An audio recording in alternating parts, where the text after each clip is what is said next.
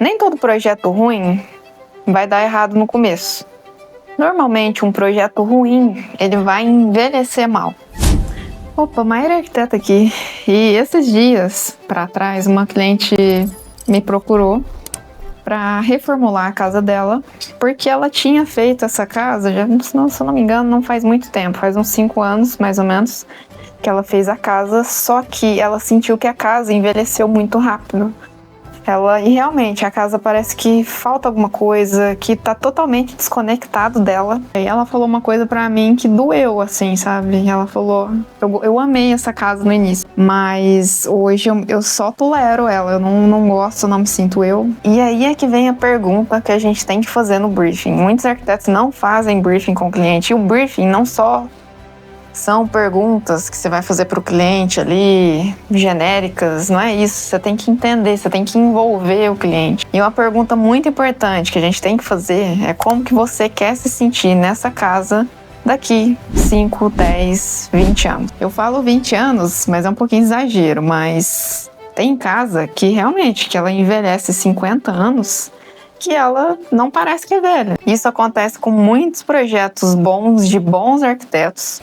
Eu vou trazer aqui no canal para vocês alguns projetos que são projetos que realmente eles atravessam o tempo, eles não ficam velhos porque eles têm conceito. E aí muito arquiteto só pensa na entrega da obra. Nossa, deixa eu entregar essa obra logo para eu pegar outro cliente logo.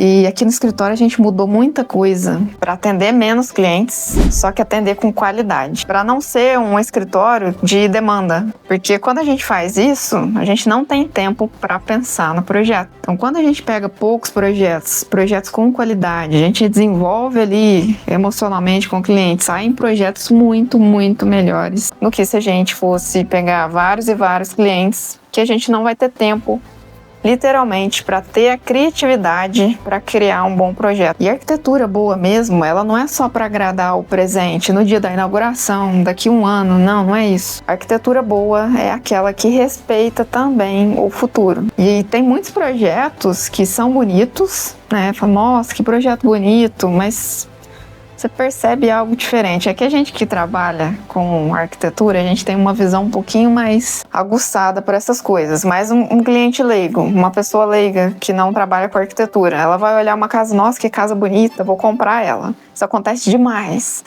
A pessoa acha a casa linda, maravilhosa, mas passa um ano, a pessoa não se sente pertencente àquele lugar mais. E o que a gente percebe é que muitas construções, muitas casas, elas estão sendo feitas para um momento e não estão sendo feitas para durar por muitos anos. E o grande problema, assim, eu não vou generalizar, porque tem muitos escritórios bons que fazem projetos bons, mas tem escritório de arquitetura que, por exemplo, tem 30, 40 projetos em andamento. E outro problema muito grande, que eu já até fiz um vídeo sobre isso, é sobre tendência. Tendência, muitas das vezes, é algo passageiro. Então, muitos arquitetos seguem a tendência, mas não seguem a essência daquele cliente. Porque a intenção da arquitetura é a gente servir aos outros, fazer com que o sonho da pessoa se realize. Muitas das vezes o cliente chega em mim com uma referência, por exemplo, de uma casa linda, maravilhosa. Nossa, essa casa aqui saiu na revista tal, eu achei ela muito linda, queria fazer igual. E aí você vai conversando com o cliente, você percebe que aquele não é o estilo do cliente. E aí a gente tem que mudar um pouco a mentalidade do cliente para ele entender que aquela casa vai ser passageira. E vai passar uns 2, 3 anos ali, ele não vai se sentir confortável mais. E aí a coisa muda quando você projeta pensando na rotina daquela pessoa, na vida daquela pessoa, no futuro que aquela pessoa pretende para ela. Então tudo isso interfere no projeto e na durabilidade desse projeto. E a arquitetura é interessante não te deixar preso ao que você é agora. O que você pretende se tornar? É algo muito profundo, gente. Eu sei que nem todos os clientes dão essa abertura, mas a arquitetura ela não pode te deixar preso no que você era. Muitas das vezes tem questão de memória afetiva e tudo bem, mas não pode te deixar preso ao que você é agora, mas sim ao que você quer se tornar, para aquilo não ficar cansativo. Ah, Maíra, mas como que a gente faz isso num projeto? estudando o cliente, literalmente estudando o cliente e estudando muito sobre arquitetura, estudando história da arquitetura, o que funciona, o que não funciona, o que atravessou séculos e funciona até hoje. Não só as tendências de moda que surgem todo ano. Comenta aqui se você já passou por isso, se você amava um lugar e depois mudou para outro lugar, você fala, cara, não me sinto em casa, não gosto disso. Ou se você já mudou para algum local que você não se identificou, comenta aqui que eu quero saber, que eu gosto de ler as experiências de vocês. Inclusive, eu aprofundo muito isso em questão de cores, aqui no e-book que eu tenho sobre cores. Essa questão de cor, seguir tendência de cor, tem que tomar muito cuidado, porque as cores, elas vão depender de quem você é, de como você quer sentir no ambiente. Então, as cores, elas vão interferir no seu cérebro, no seu comportamento, no seu humor.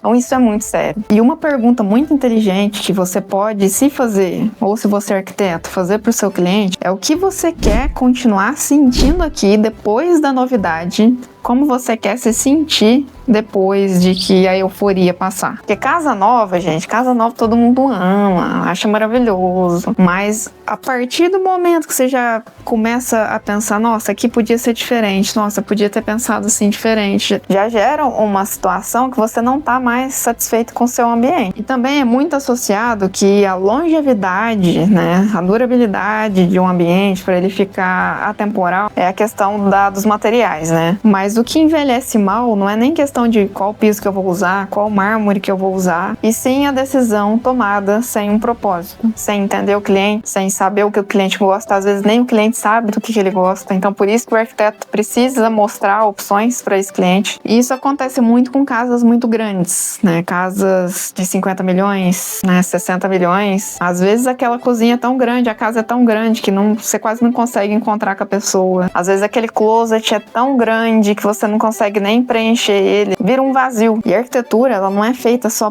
para o agora, ela é feita para durar vários anos, 20, 30, 40, tem obras aí da época, né, da Grécia até hoje estão duráveis aí, estão deterioradas e tudo mais, mas tem muitas obras centenárias que até hoje existem. Então a arquitetura, ela precisa ser bem pensada para não virar um problema depois. Tudo bem que conforme o tempo vai passando, as pessoas mudam, às vezes elas mudam de gosto, mas é muito difícil, porque quando você se entende mesmo, quando você se sente bem em algum lugar, você sabe que aquilo te faz bem, e não é de hoje, é de anos. A não ser que a pessoa passe por uma reforma interna muito grande, que ela fala, nossa, não tem nada a ver isso daqui comigo mais, eu mudei, é uma nova fase da minha vida. Isso acontece, mas não é com todas as pessoas que isso acontece. E aí é mais questão estética, de cor, de utilizar outro tipo de cor, outro tipo de iluminação. O que importa é esse ambiente, essa casa, ela vai continuar sendo você daqui 10 anos? Se a resposta for não, talvez nem hoje ela seja. Então é algo muito complexo, dá pra estender muito mais sobre esse assunto, mas a ideia central